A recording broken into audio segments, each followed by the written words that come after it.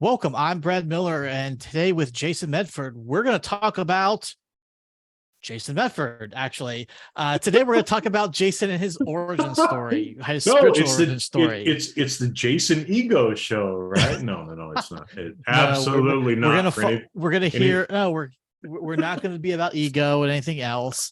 It's merely an exam just to kind of see where, and because we all start in different places, and I think it can be useful sometimes to see what drew people to this path, you Yeah, know and so that's kind of the idea, the focus for today, so we can kind of start from, whether it was a spider or it was a gamma radiation leak in the lab, like whatever it was, like how did we get started, that turned Jason, me down into Spider-Man. Dun, dun, dun, dun, dun, dun. Spider-Man? I was actually going for the Hulk there with the gamma radiation, Oh, but right. that seems Yeah. more appropriate for you, but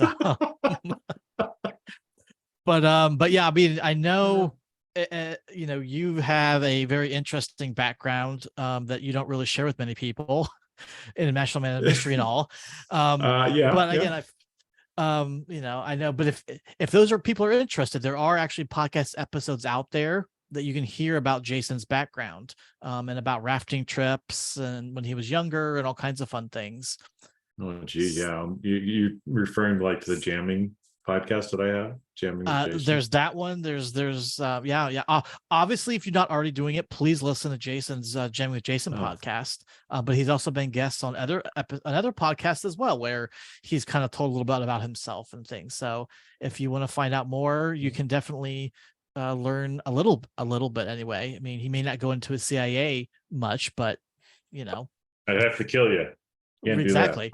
But anyway, let's kind of start kind of how did you decide, or what kind of led you down the kind of a spiritual path? Because again, it's not something that a lot of people, I think to do. What kind of sent you that way? Well, yeah, and it's I think probably for this episode too, because it's kind of a beginning, getting to know Jason maybe a little bit as far as my path. I'll try to keep it a little bit higher level and not get so much into some of the details, right? Because sometimes the details don't matter, but there might be some of the details that are um, good to use as an example, or maybe even talk about in future episodes, depending on kind of Fun what comes stories are up. always good. Yeah, Yeah. yeah. Um, so I guess kind of the genesis. I was born into a Mormon family. Okay, so except for all the Mormons listening, it's the Church of Jesus Christ of Latter-day There it Saints, is. right? Because they don't like being called Mormons, but whatever, right? Most people know them as Mormons. So I was born into a family that belonged to the Mormon Church, right? And so I grew up religious. I grew up, reading scriptures, praying, connecting with what we call the Holy Ghost, right? Which a lot of people, you can think of as sources, universe, specific beings, guides, right? Are all kind of connected in that area. So, as a little kid, as a teenager, I was really kind of trained in doing some of that. And what I now see is, yes, most organized religions have dogma and are trying to control people, but there are always some truths. There's always some practices or other things that are there, right? So the fact that I was reading scriptures, right? I was reading holy texts. I was trying to tune into, source, if you want to call it God, whatever. I was praying. I was, and actually, interesting, and I haven't actually shared this with anybody. Um, so, like I said, I grew up in the church. I went on a Mormon mission, right? So I was one of those guys in the white shirts that would knock on the door, and I did that Have for you two been years. saved? And 2 years in Germany, or would you like to know Jesus better, and kind of stuff. And so I taught people, I baptized people, I had the priesthood in the church. I was a leader in the church. I have done hands-on healing. And a lot of people might say, oh, that's just bullshit. and for a while I would have kind of thrown it out too, but I was a conduit to physically heal people, to spiritually and emotionally heal people, to cast out demons. And it might sound like, right? And it's like, no, but the Mormon church ain't true. That can't be. Well, I will tell you what, I was given the priesthood and I was taught how to do certain ordinances or rituals. And I know that certain things did in fact happen. I felt a demon leave a person. So it happens, right? But what ended up happening, after time, because like I said, I was always trying to be a good boy, put my head down, do what I was supposed to do, make my parents proud, Sure. believe what I was told I was supposed to believe, even though some of the things I didn't believe. And I knew that from a very early time. As a teenager, I had doubts about certain things. And it just kind of continued until I got married, had kids, had all the ordinances and things done in the church. I was a leader in the church. So here I was, like, trying to be an example for other people and teaching them and doing all these things. But the whole time I knew it wasn't all true. And the older I got, and I think really kind of the impetus for me was when my mom got breast cancer and died, right? So she kind of went through, I think it was 3 rounds, and they ended up passing over the Rainbow Bridge. At that point, that I was, especially for her sake, I felt like that I was going to be the good boy for my mom. I wanted to make her proud. And so even though I had a lot of doubts and other things that had come up, I just continued to do it. But her passing over kind of unlocked something in me, like, you don't have to do it for me anymore. Right. And so at that point, I started being, more open and kind of taking back some of my personal power that we've talked about before, of saying, no, I think that's bullshit. I do agree with that. I think that's bullshit. And decided to leave the church, at that point, which in that religion, it's like, you're going to hell. And anyway, divorce, all kinds of stuff, right? That we, again, don't need to get into. That's not relevant for the spiritual path per se. But when that happened, I think I did something that a lot of people do, is I threw the whole thing out. Baby right. So like I bathwater. said, the baby in the bathwater, it all went out. And so it's like, fuck, if the church isn't true and all this other stuff, then, nothing is true. And I'm an atheist. Right. So for a couple of years, I hung out with atheists. I was a member of one of their societies. I go to, like, evening lectures and other stuff, but Atheist Anonymous and but there's a group called, I think it's Atheists United. I don't know. Anyway, something. So I actually, participated, but just like going to church, some of it, okay, some of it, I don't quite think so. Right. Didn't sit right. So then I kind of went, well, I'm probably not an atheist, because I don't believe that there's absolutely nothing metaphysical, that there's nothing spiritual, and all we are is this human body. I was lying to myself when I thought I believed that for a while, because I never did. Sure. Well, you talked about how you felt like, the things that you were doing back in your about the Mormon days, you felt some of the things happening. So I can see where there's, like, you could try to push that back, but at the end of the day, you're like, no, there was something I know there's something else there, right? Right.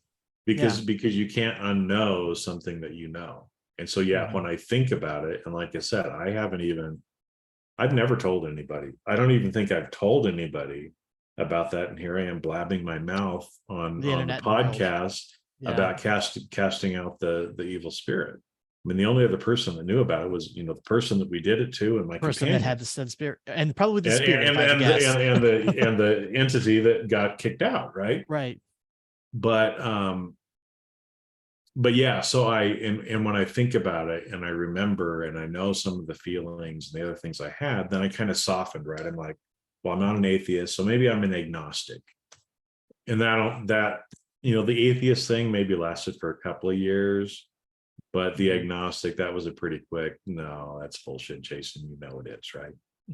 and the whole time, right, like with still thinking back to my growing up and my childhood in the church, there were some things that I always had a hard time with.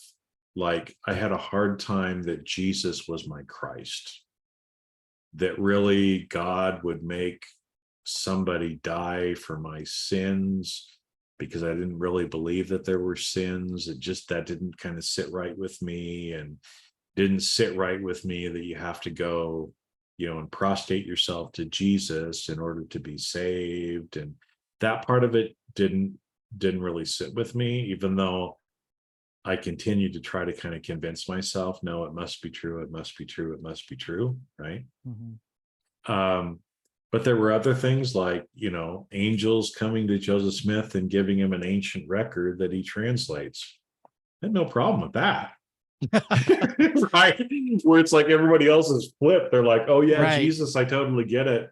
That angel stuff, that's just way out just there, weird, right? like that's out there. Yeah. Yes. So for me, the idea of beings outside of this dimension coming, and messengers and angels in general, and the whole idea of us coming to this earth for a purpose with a contract, that was all kind of stuff that was actually built into the Mormon religion. A lot of people don't know about.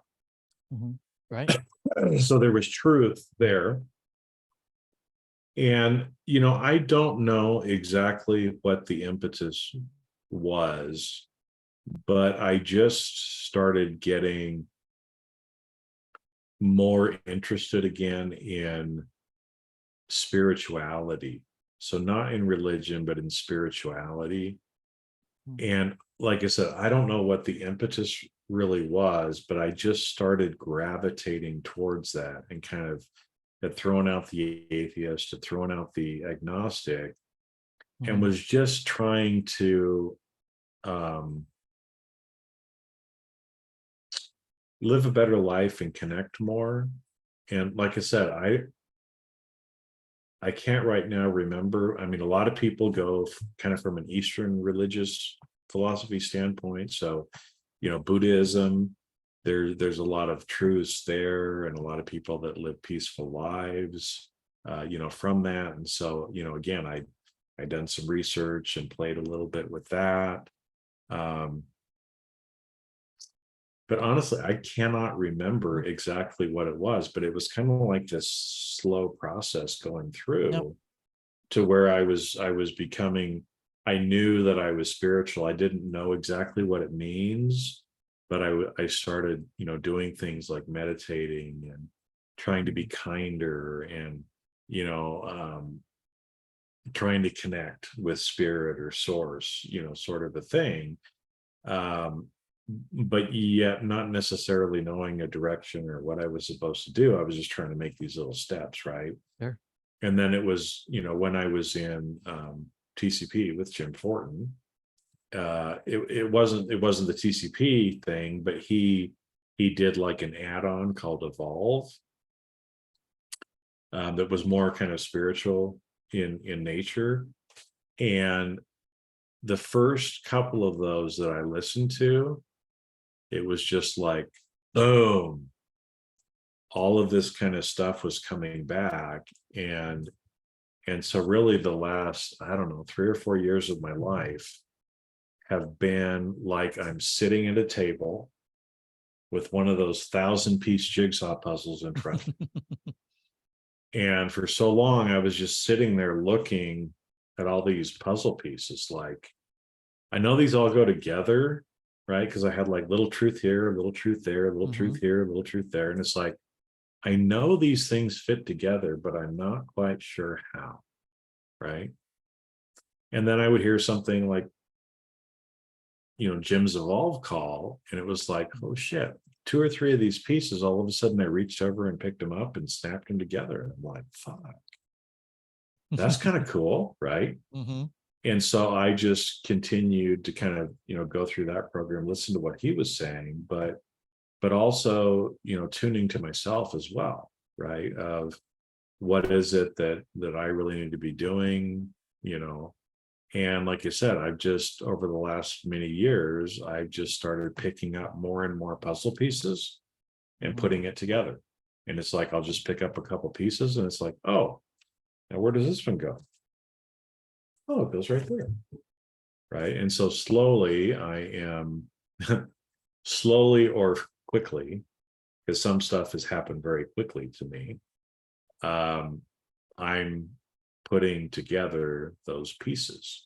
And so what I've learned too is it's like a lot of that foundation I had in the Mormon Mm-hmm. church and what my parents taught me is hugely beneficial because it's a foundation upon which, right? I got to throw out the bullshit, Sure. but they gave me a tremendous foundation for me to then continue to build on and continue to pull these puzzle pieces together. And here I Nice. am now, crazy, crazy man, and whatever. No, no.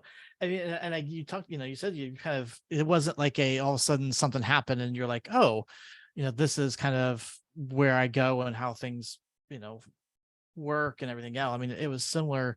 I mean, I kind of was something similar, where for a while I was kind of, not necessarily agnostic or whatever, but, I kind of identified as spiritual, even though I didn't really know what that meant.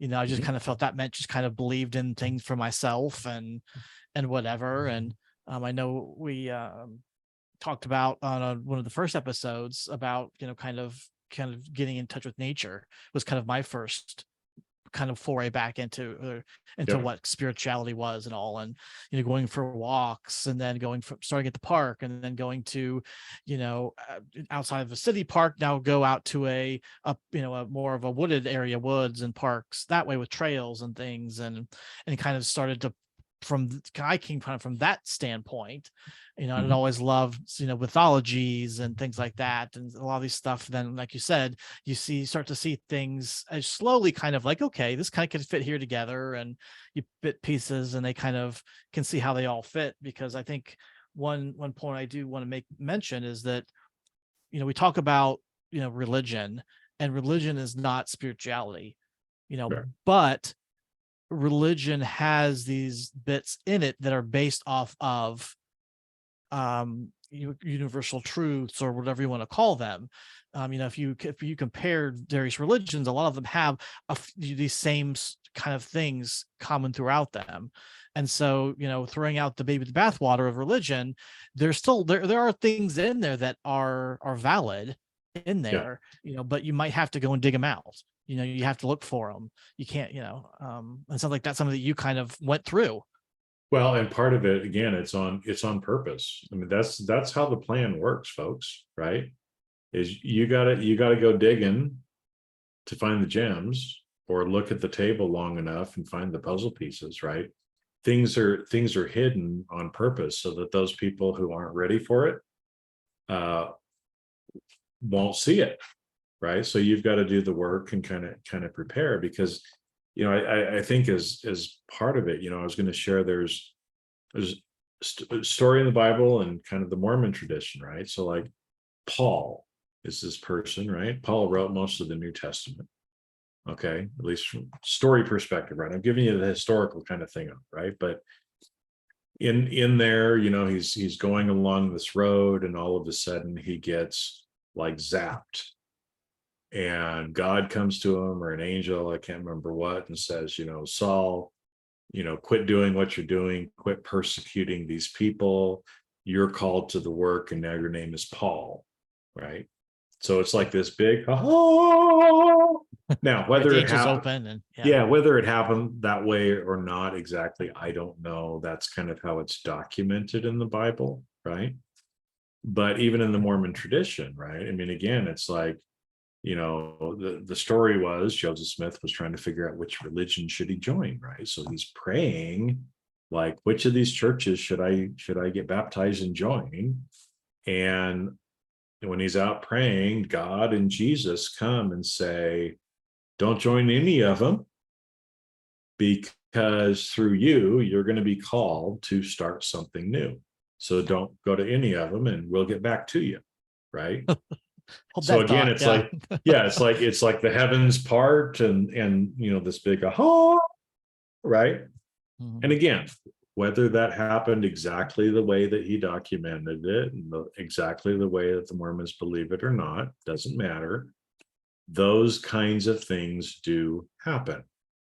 There have been things in my life where it was almost like the heavens opened for a very split second, and it was like, boom, and I knew something, right? So those things do happen. But I think for most of us, like I just shared, like Brad just shared, we're just going along, and we slowly start to get these nudges, and we slowly start to do some things. And before we realize it, it's been a few years, and all of a sudden we've experienced or learned all of these different things. We're starting to put together some of the puzzle pieces, and we're seeing this from so many more people now too. And again, without getting into details or anything else, there are some energetic shifts that are happening on this planet on purpose for a reason. And people are waking up now at a faster rate than they have in quite a while. And again, it's all part of the plan. But a lot of times, as people are waking up, like you and I shared, Brad, we don't know what we're doing. We're like still groggy in bed, like, but you just try to, take a little step. And again, that's what we're trying to Mhm. hopefully do with the podcast here, is other people who just kind of got woken up and are groggy, kind of sharing what we've gone through. So yeah, if you haven't had one of those, you know, sort of experiences where an angel comes to you, right? We'd love to hear about it if you have. Please Yeah, yeah, email yeah, us, and yeah, we want to hear about it for the podcast. But yeah. um, But it's usually the slow and the steady and the consistency and the discipline. I mean, there's a reason why, Jesus's followers were called disciples. And a lot of times other people who follow holy men and women are often called disciples, because they're disciplined in doing the little things too, right? Because that's how we grow and evolve spiritually. It's not the big grand thing. In fact, sometimes when it is the big grand thing, or you think it is the big grand thing, you're actually being fooled by somebody. So we won't get into that here, but for people that needed to hear that, they just heard it. And maybe we'll talk about that later, but not for today. So anyway. no, that's a good. I know it's a good point though, that things tend to it tends to be, I think, for most of us, and my experience, I think your experience, a slow or process. It's not all of a sudden, like you said, the heavens open, or you hit by lightning, and all of a sudden you're like, whoa, something new now. But it's a kind of it's something you work into, and you kind of start grabbing. And I kind of feel like sometimes I'm grabbing pieces, and like I really like the puzzle analogy, because it's like I'm putting pieces. Sometimes they don't go together. Sometimes I'm like, they're really close. The pieces are kind of there, but they're not. They don't quite fit. This edge doesn't quite fit here, and so maybe check again for a different piece of puzzle. And oh well, that goes in that one, and maybe this one kind of connects up here, and some of it's moving around, and because unfortunately with this puzzle, we don't actually have a nice picture on the box of what the finished picture is going to look like. You just get a bunch of puzzle pieces and you have to figure out what it Yeah. means. It would be lovely if we had like a picture, like, hey, here's the finished puzzle, what you're trying to get. But no, you just get a big puzzle, all these little pieces, and you're like, all right, good luck, have fun. Well, and actually, I mean, the funny thing is, we're kind of joking about it, but it's way more true than we even realize, right? Is like you said, I got given a puzzle when I came to this world. Brad got a puzzle when he came to this world. All of you that are listening, you got a puzzle when you came to this world. Now, the trick and the joke that the universe is playing on you is, like you said, they took away the picture of what it looks like. You got to figure that out, right? That's part of the forgetting that you have to remember, right? And you have to do the work. You have to figure it out. You have to put the pieces together, and you can't cheat either, right? Because the problem is, like, I can't go over and look at Brad's, what he's already put together, and go, hey, thanks, man. Thanks for letting me cheat, right? Because he's got a different puzzle than I have. His picture is probably different because Brad has a different dharma. Brad came to this world with a different spiritual contract of what he was doing. And so his picture is not going to be the same as my picture. Now, we can share with each other, right, about how to put some of those puzzle pieces together, or how we put certain puzzle pieces together, because a lot of times they're similar, right? But the picture that Brad is building is probably different than mine, even though it's a similar process in being able to put those pieces together, right? And do the little things every day. You know, I'm just making this up, right? But like, let's say Brad comes to me, he's like, man, I'm really struggling with my puzzle today, man. And I'm like, yeah, so was I. But last week I just kind of stared at it out of this, like I was staring at it kind of out of the corner of my eye, and I could kind of see it a little different than when I just looked straight on it. And then I tried looking at it cross-eyed. And so I just sat and looked at it cross-eyed for 5 minutes a day. And wouldn't you know, I did that for a week, and all of a sudden I put like 15 pieces together really quick. And it worked for me. I don't know if it'll work for you, but it worked for me, right? So I share with Brad, and he's like, oh, that was kind of cool what Jason said about, crossing his eyes. I wonder if it'll work for me. So maybe Brad sits for 5 minutes a day for the next week and crosses his eyes, and maybe it doesn't do anything. Maybe it doesn't help him at all, right? Or maybe it activates something in him to where he can put together a bunch of his pieces as well. And he might come back to me with the same thing, like, hey, Jason, I tried the cross-eyed thing, but what really helped was standing on my head. And I'm like, dude, I never thought of standing on my head. And so then I go try standing on my head, right? But this is how it works. This is why we're sharing on the podcast. This is why we share with each other as well. And I know it sounds ridiculous what I just said, but it is so much more accurate and true than you probably realize. Yeah, no, I'm all about like the visual, like, how analogies and things help you visualize and picture stuff, and that like the idea of the puzzle. I think that's a great one to explain kind of what this whole thing looks like. So, well, so yeah, I was gonna, go ahead. Shoot. Oh no, I was gonna move on. So if you have something else, well, I was gonna ask you if there was anything else or questions. Oh, yes, actually. Yeah, you take the lead, man. What am I doing? I'm trying to, but you keep on coming back to me. One thing you talked about, you mentioned here, and I just wanted to maybe touch on it briefly here for people, because they're probably, when they heard you talk about it, we're kind of scratching their heads a little bit. But you talked about TCP and Evolve. And so wonder if you could, so it's something we've both been through, but wonder if, even if just a quick overview of what it is, so people could be like, oh, okay. And so it's kind of an idea of what that might be. Well, yeah. And to give a shout out to Jim Fortin. I mean, a lot of people listening might know him already and may have met in the group like we did, but yeah, he he runs a group called the Transformational Coaching Program.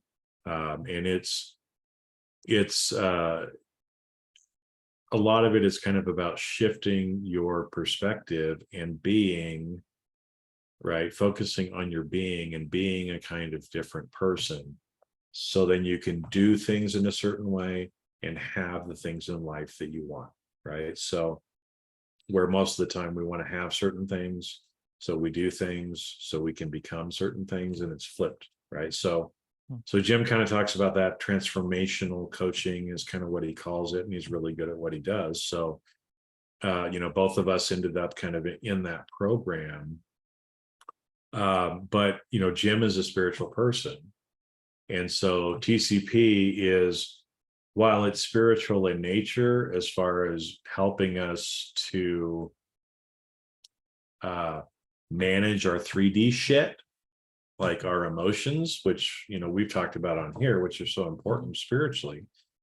So to help people do that, but because Jim's very spiritual, he also wanted to share kind of more about some of his journey and some different things as well. And so he had another program called Evolve. And again, I don't know what his programs all look like now, but that was talking more about spiritual, or what he would call esoteric things.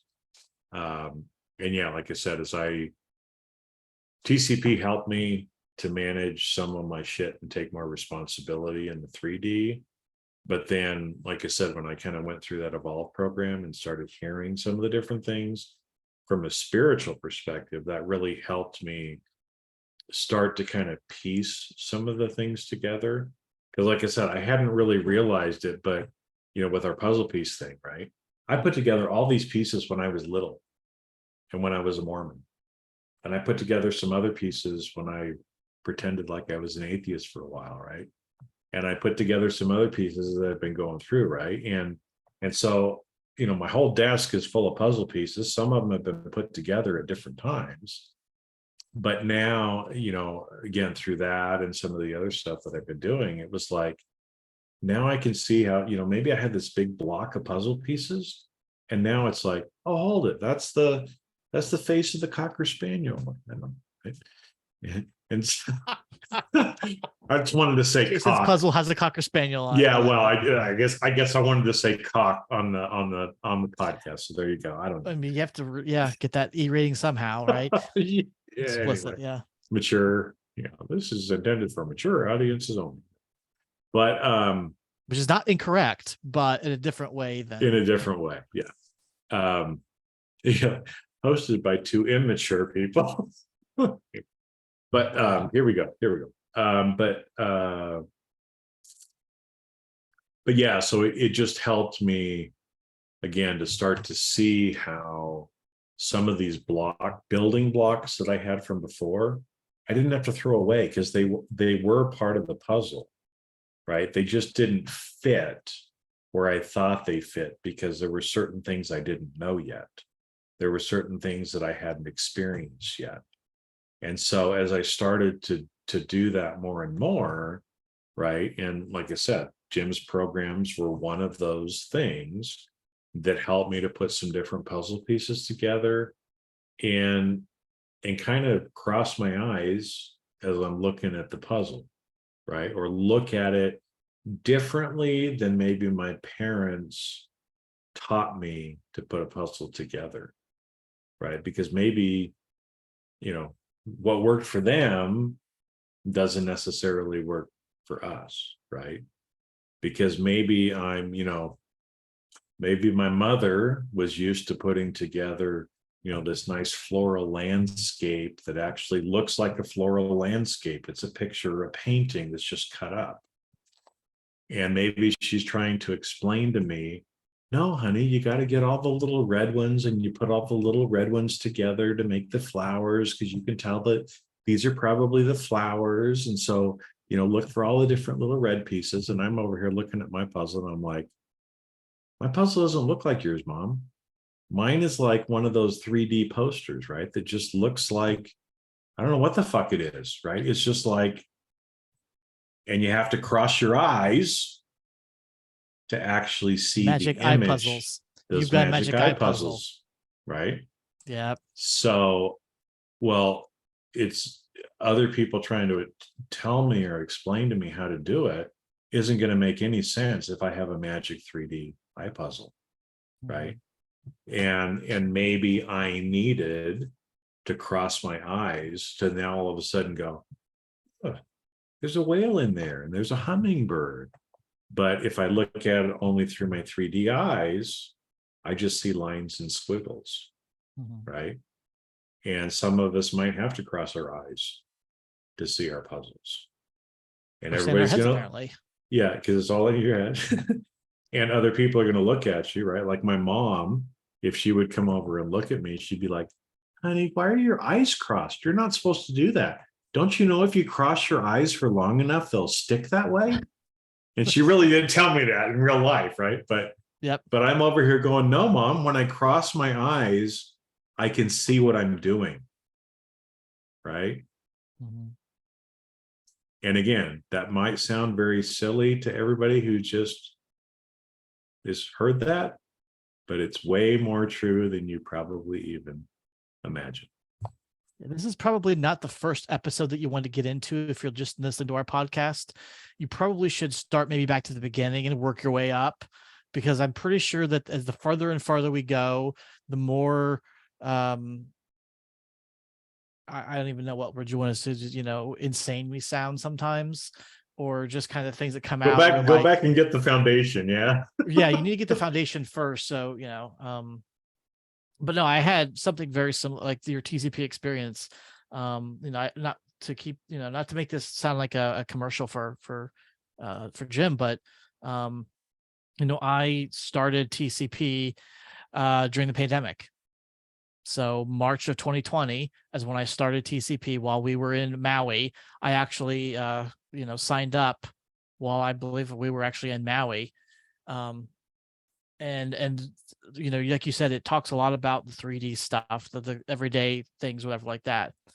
But what really caught me was when he started talking about this esoteric things, the spiritual things. That's what really got my attention. And so when that was offered as kind of like the next step or whatever afterwards, that's kind of where my attention was drawn the whole time, was those sort of concepts. The other stuff, okay, that's nice, whatever like that, but like this is the stuff that I really am interested in and really drew me in.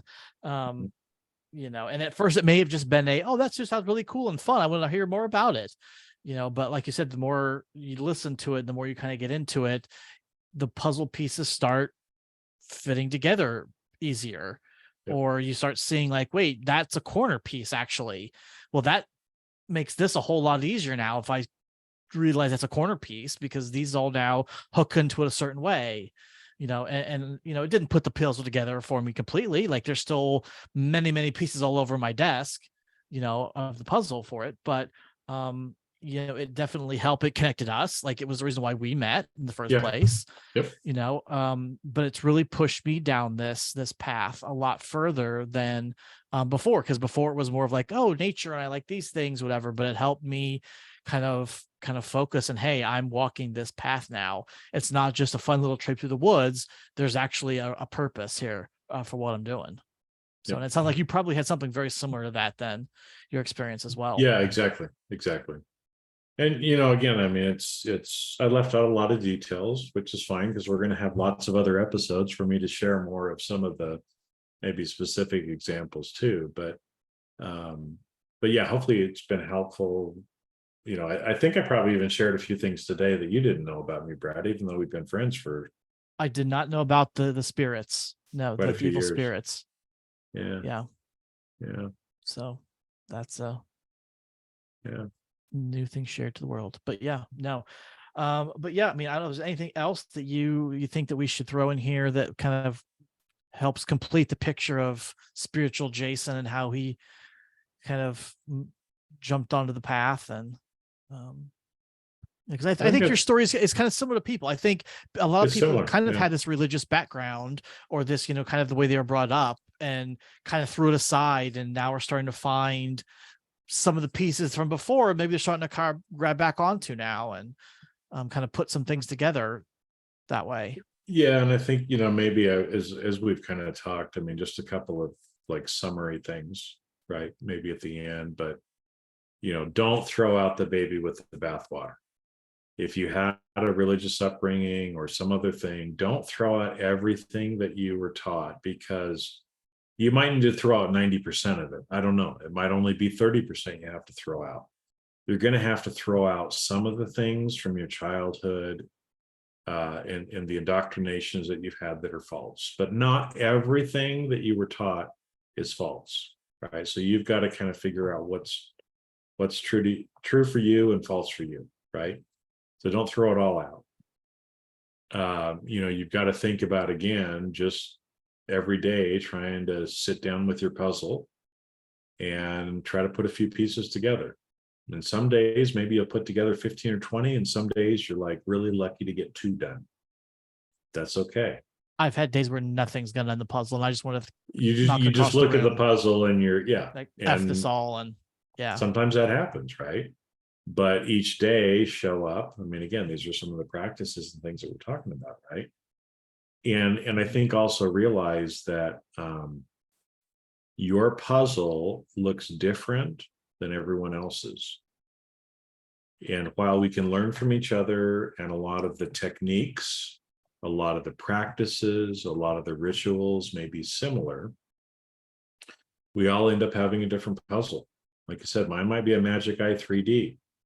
I might be the only one that I know who has a Magic 3D Eye 1, right? So everybody around me is going to be thinking I'm crazy, right? And I know, like, Brad, you kind of made reference to the corners, right? That's one of the techniques. I mean, my mother did teach me how to actually put puzzles together. She loved to put puzzles together, right? And so, in a traditional puzzle, there's 4 pieces that are the corners. There's only 4 pieces, because every puzzle that I've seen that people have put together in the 3D are a square or a rectangle. So there's only 4 corners. You find those 4 corners, and then you build from there. Well, my puzzle ain't square, right? It's got like all these crazy ass, things on the outside of it. It looks like an amoeba. Well, good luck trying to use that technique of just finding the 4 pieces. If you're looking at a Magic 3D Eye puzzle that is in the shape of an amoeba, it ain't going to help you, right? But yeah, just figure out what you're, do what you can. I had fun with some of those analogies there too. Yeah. And it helps me understand it a lot better too. Yeah, because I think I am looking at a 3D puzzle that I'm putting together. And I did like the fact that you see whales and hummingbirds. There might be a reason for that. Yeah, and some other things in there too. Yeah, I like that. So awesome. Well, like I said, I would think that's probably a good piece for today. I think we learned quite a bit about where you've kind of got your background from, and I think the story is very similar to a lot of people's. And again, just to show that we're not unique, we're not special, in that what's happening to us or how we got to where we are is anything special. Like it's kind of, I would almost start to say ordinary, mundane, how things kind of progressed. It's just at some point we decided, hey, this is something that's important to me and that I want to focus on doing. And these puzzle pieces, starting to put some of these together, I start to see some things in them. Yeah. And so, if you're listening to it, you can do it too. Yeah. So just do that over the week, start working on your puzzle, and and then come back next week, because we'll try to give you at least, again, we're just going to share with you the techniques that are helping us. It might work for you, it might not. But if we suggest you cross your eyes or you stand on your head because it worked for us, why not try it, right? Why not at least try it? If it doesn't work for you, fine. If it does work for you, wonderful, right? There you go. There you go. So a little hint for next week: look for the doggy. That's all I'm going to say. So, all right. And so with that, we're going to hold you and hang you on until next week's episode. But have a great week, everybody. And thanks for listening. See you guys.